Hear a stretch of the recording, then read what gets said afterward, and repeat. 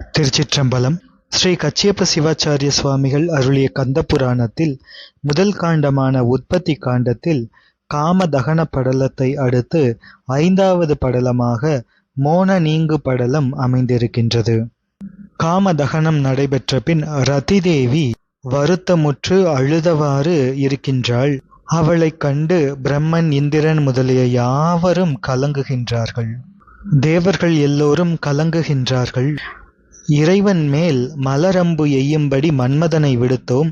அந்த மன்மதனையும் எங்கள் கடவுள் இறக்கும்படி செய்தார். பொய்யில்லாத உண்மை வடிவான தனது யோக நிலையை ஈசன் தவிர்க்கவில்லை. பழையபடி யோகத்திலே வீற்றிருந்து இருக்கின்றார். இனி நாம் என்னதான் செய்ய முடியும் என்று வருந்துகின்றார்கள். மன்மதனை எரித்து பொடி செய்த எங்கள் கடவுள் இறைவனார் சிவபெருமானின் ஆற்றலை நமது சூழ்ச்சியால் நீக்குவது அரிது. அவர் நம்மை காத்து நம்முடைய துயரை அகற்ற வேண்டும் என்றால் இனி நாம் தாமதம் செய்யாமல் இறைவரை துதி செய்வதுதான் நல்லது என்று எல்லா தேவர்களும் கூடி பேசிக்கொண்டு இறைவனாரை கும்பிட்டு போற்றுவதுதான் இனி செய்ய வேண்டிய வேலை என்று சொன்னார்கள். அன்னபக்ஷி வாகனமுடைய பிரம்மதேவன் முதல் சகல கடவுளர்களும் உள்ளத்தில் உற்று தெளிந்த இந்த கொள்கையால் இவ்வாறு பேசி எல்லோரும் சம்மதம் தெரிவித்தார்கள். பின்னர் கையிலை மலையில் நட்ட நடுவாக எல்லோர்க்கும் புகலிடமாக இருக்கும் இறைவன் வீற்றிருக்கும் திருநகரத்தினை அடைந்து கோபுரத்திற்கு வெளியே கூட்டமாக நின்று இறைவனை துதி செய்கின்றார்கள். பெருமானே, முன்பு எங்களுக்கு நேர்ந்த துன்பங்களிலிருந்து எல்லாம் தாங்கள் காத்து அருளினீர்கள். முன்பு நஞ்சை உண்டு எங்களை காத்து அருளினீர்கள். இளம்பிறையை அணிந்து காத்து அருளினீர்கள். கொடிய பல அசுரர்களை தொலைத்து எங்களை அஞ்சாதே என்று முன்பெல்லாம் காத்து அருளினீர்கள். இன்று சூரனால் அவதியுறும் எங்களுக்கு அருள் செய்து நீங்கள் எங்களை காத்தருளாவிட்டால் நாங்கள் என்ன செய்வோம் ஐயனே? ஒரு குழந்தைக்கு அதன் தந்தையை தவிர வேறு யார் தஞ்சமாகுவார் என்று வேண்டுகின்றனர். குற்றமில்லாத குணம் கொண்ட அன்பர்கள் தவறான சில கர்மங்களை செய்து நின்றாலும் அவற்றையும் குணமெனவே கொண்டு அருள் செய்யும் எம்பெருமானே, நினது திருவடிகளை எமக்கு காப்பாக கொண்டு தஞ்சம் புகுந்தோம். நாளும் சூரபன்மன் எனும் கொடிய அரசன் அசுரன் எங்களை வருத்துகின்ற அந்த வருத்தம் தாங்க முடியாமல் வேதனை கொண்டோம். ஐயனே, இனியும் நாங்கள் அவனால் வருத்தப்பட்டு மாண்டு போகின்றதோ? எமது துயரங்களை தேவரீர் சிறிதும் மதிக்காமல் இருக்கின்றீர்களே.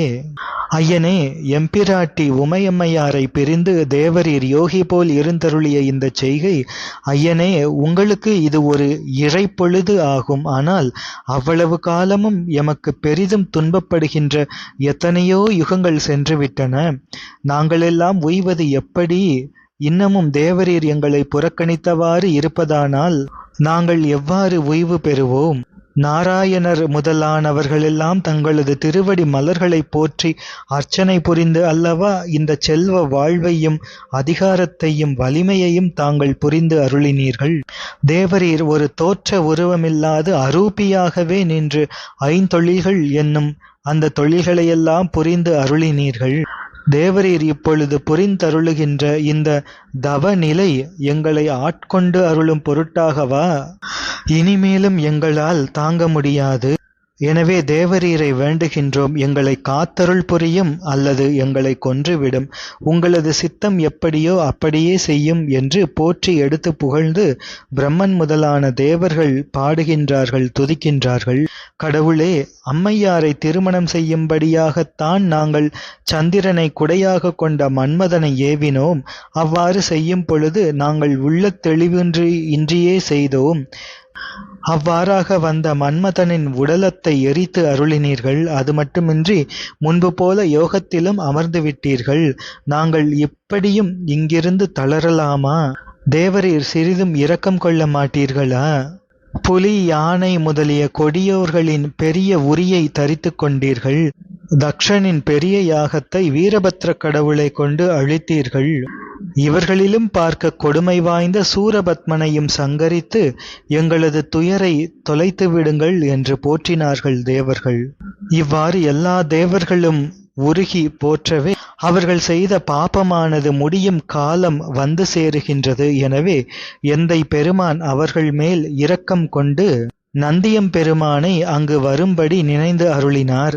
எம்பிரான் அவ்வாறு நினைத்தவுடனேயே நந்தியம் பெருமான் அதனை அறிந்து கொண்டு இறைவனது முன்னாக வந்து வந்தனை செய்து கைதொழுது நிற்கின்றார். அப்பொழுது வேதங்களும் நாடவொண்ணாத எமது பெருமான், நந்தியே, தாமரை மலர் மேல் இருக்கின்ற பிரம்மநாதியர் தம்மை விரைவாக அழைத்து இங்கே தந்திடு என்று அருள்கின்றார்.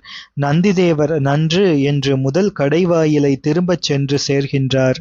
பூத கணங்கள் காவல் கொண்ட முதல் கடைவாய்தலில் நந்திதேவர் வந்து சேர்ந்தவுடன் அவரை கண்டு கைதொழுது பிரம்மன், இந்திரன், தேவர்கள் முதல் யாவரும் வணங்கவே நந்திதேவர் அவர்களை பார்த்து, எம்பெருமான் உங்களையெல்லாம் அழைத்து வரும்படி அருள் செய்தார். எனவே வீணாக நீங்கள் பயப்படாதீர்கள், எல்லோரும் வாருங்கள் என்று அருள் செய்தார் நந்திதேவர். நந்திதேவரது இந்த திருவார்த்தை அவர்களின் செவிகளில் அமுதத்தை வார்த்தது போல இருந்தது. ஹரஹர என ஈசனை போற்றி ஆர்ப்பரித்து பாடினார்கள், ஆடினார்கள். பெரிதும் துன்பப்பட்டு நோயுற்று தம்மை காக்க ஒருவரும் இன்றி நரகவேதனை கொண்டவர்களை எடுத்து ஆண்டருள் செய்து இன்ப நிலை கொள்ள வைக்கும் நன்மை போலவே ஆனது ஈசனது அருளின் தன்மை. எனவே உங்கள் யாவரையும் தமது திருச்சந்நிதி முன்பு வரும்படி அழைத்துள்ளார். அனைவரும் வருக என்ற வார்த்தையை நந்தியங்கடவுள் பிரம்மன் முதலிய தேவர்களுக்குச் சொல்கின்றார். அவர்களையெல்லாம் அழைத்து கொண்டு எம்பெருமான் திருமுன்பு சேர்கின்றார் நந்தியம் பெருமான். பிரம்மன் உள்ளிட்ட தேவர்கள் எல்லோரும் பெருமானை தங்களது கண்களால் கண்டனர், வணங்கினர், கைகளை உச்சி மேல் சேர்த்தனர். இறைவனாரது கழல்கள் கண்டு களிகூர்ந்து திருவடியையே கண்டு கொண்டிருக்கின்றனர். கண்கள் நீர்மல்க ஈசன் திருப்பாதமே உற்று நோக்கி நிறை தன்மையால் முன்பு விஷ்ணுவானவர் சிவபெருமான் திருப்பாதம் மேல் கண்ணிடந்து அப்பி பூஜை செய்தது போலவே இதுவும் அமைந்தது. இவர்கள் எல்லோரும் இப்படி வணங்க எம்பெருமான் அப்பொழுது அவர்களையெல்லாம் பார்த்து அருளி அருள் புரிந்தார். துன்புற்றுச் சோர்ந்த சிந்தை உடையவர்களே, உங்களுக்கு வேண்டியது யாது என்பதையும் உங்களது கவலைகளையும் இப்பொழுது கூறுங்கள் என்று எம்பெருமான் அருள்கின்றார். அப்பொழுது பிரம்மதேவர் சொல்கின்றார், பெருமானே, எத்தனையோ பெரிய யுகங்கள் அளவில்லாத காலமாக நாங்கள் எல்லோரும் சூரபத்மன் எனும் கொடியவனின் தவிர்க்க முடியாத துன்பம் தரும் ஆணைக்கு கீழ்ப்பட்டு நீங்காது உழன்று வருந்தினோம். தேவரீர் அல்லாமல் வேறு யார் எங்களை காப்பவர்? எங்கள் துயர் நீக்க ஐயனே, நீர்தான் அருள வேண்டும் என்று விண்ணப்பிக்கின்றார். பெருமானே, கொடிய சூரனுடைய உயிரை நீக்கும்படியாக ஒரு குழந்தையை தந்து அருளும்படி தேவரீர் இமயம் என்னும் மலையில் பொருந்தி தவம் செய்திருக்கின்ற எமது ஆதியாய் விளையும் அருளின் வடிவு ஆகியவளும் சுத்தமாயை அசுத்தமாயை வடிவாகிய உலகங்களுக்கு முதல்வியுமாகிய உமையம்மையாரை தாங்கள் திருமணம் செய்து அருள்வீராக. எனவே தேவரீரை இப்பொழுது இதனை வேண்டுகின்றோம் என்று தேவர்கள் கூறுகின்றார்கள். இவ்வாறு கூறி எம்பெருமானின் பாத கமலங்களில் தாழ்ந்து வணங்கி எழுந்து போற்றியவாறு முன்னிற்கின்றார்கள். அந்த வேளையில் பெருமான் நன்று, அவ்வண்ணமே செய்வோம் என்று சம்மதம் தெரிவித்து சொல்லத் தொடங்குகின்றார். தேவர்களே, நீங்கள் யாவரும் வருத்தம் கொள்ளாதீர்கள். உங்கள் பொருட்டாக இமயமலையில் தவம் செய்து கொண்டிருக்கின்ற உமையம்மையாரை திருமணம் செய்து பின்னர் உங்கள் துயரத்தை வருத்தங்களை நான் நீக்குவேன். இங்கு நீங்கள் யாவரும் இப்பொழுது செல்வீர்களாக என்று ஈசன் அருள் புரிகின்றார். எனவே பெருமானை வணங்கி பிரம்மதேவன் உள்ளிட்ட தேவர்கள் மகாமேரு மலையில் சென்று சேர்கின்றார்கள். அவர்கள் விடைபெற்று சென்றபின் அது கண்டாள் ரதி. அவள் இப்பொழுது எம்பெருமான் முன்பாக சென்று வணங்கி ஸ்தோத்திரம் செய்து, என் ஐயனே, இது முறையோ முறையோ என அழுது, பொன்போலும் தாமரை மலர் மேலிருக்கும் பிரம்மன் முதலான தேவர்களின் சூழ்ச்சியால் எனது நாயகன் இங்கு வந்து உங்களது நெற்றித் திருக்கண்ணால் பொடிபட்டான். அவனுடைய பிழையை உள்ளம் கொள்ளாமல் தேவரீர் அருள் செய்து அவன் பிழைத்தருள வழி செய்ய வேண்டும் என்று வேண்டினாள் ரதி. இவற்றை கூறி ரதி வேண்டி நிற்கவே அப்பொழுது பெருமான் நல்ல அருள் புரிகின்றார். ரதியை நோக்கி, பெண்ணே, நீ புலம்பாதே, நான் சொல்வதை கேள். அழகாக முடிந்த கரிய கூந்தலையுடைய உமையம்மையாரை கூடி திருமணம் செய்யும் பொழுது உனது கணவனை உனக்கு திரும்ப அளிப்போம். நீ இப்பொழுது செல்வாயாக என்று அருள் கூறினார். பெருமான் அவ்வாறு கூற ரதிதேவி மகிழ்ந்து எம்பெருமானின் திருவடி வணங்கிப் போய் இமயமலையைச் சேர்ந்து அங்கே ஒரு பக்கமாக இருக்கின்றாள். ரதி தேவி அவ்வாறு அங்கே சென்று தன்னுடைய கணவனுக்காக காத்திருக்கத் தொடங்கினாள். அப்பொழுது தேவர்களின் துயரம் தீர்க்கவும் இமயமலையின் மீது இருந்து தவம் செய்யும் உமையம்மையாரை திருமணம் செய்யவும் எல்லோர்க்கும் முதல்வராகிய ஈசன் நினைந்து அருளினார் தமது திருவுள்ளத்தில். பெருமான் தன் முன்னாக இருக்கின்ற சனகர் முதலான முனிவர்களை பார்த்து அருளுகின்றார். நல்ல நலம் பொருந்திய பிள்ளைகளே, ஞான போதம் எனப்படுவது சொல்லால் விளம்பக்கூடிய ஒன்று அல்ல. உங்கள் கவலைகளையெல்லாம் நீக்கிவிட்டு எம்மைப்போல் இப்படி இருந்து நம்மை தியானித்தலே ஆகும் என்று சனகாதி முனிவர்களுக்கு உணரும்படி எம்பெருமான் அருளினார். எனவே தெளிவு பெற்றார்கள் பிரம்மதேவரின் பிள்ளைகளான அந்த 4 முனிவர்களும். அந்த நல்ல வேளையில் மேலாகிய தவத்தைச் செய்யும் விரதிகளாகிய 4வரும் சிந்தையில் பொருந்திய அன்பினை உடையவர்களாய் சிவபெருமானின் பொற்றாளில் முறையாக தாழ்ந்து வணங்கி எழுந்து வந்தனை புரிந்து, எம்பெருமானே, எமது மயக்கம் நீங்கியே நாங்கள் உய்ந்தோம் என்று போற்றினார்கள்.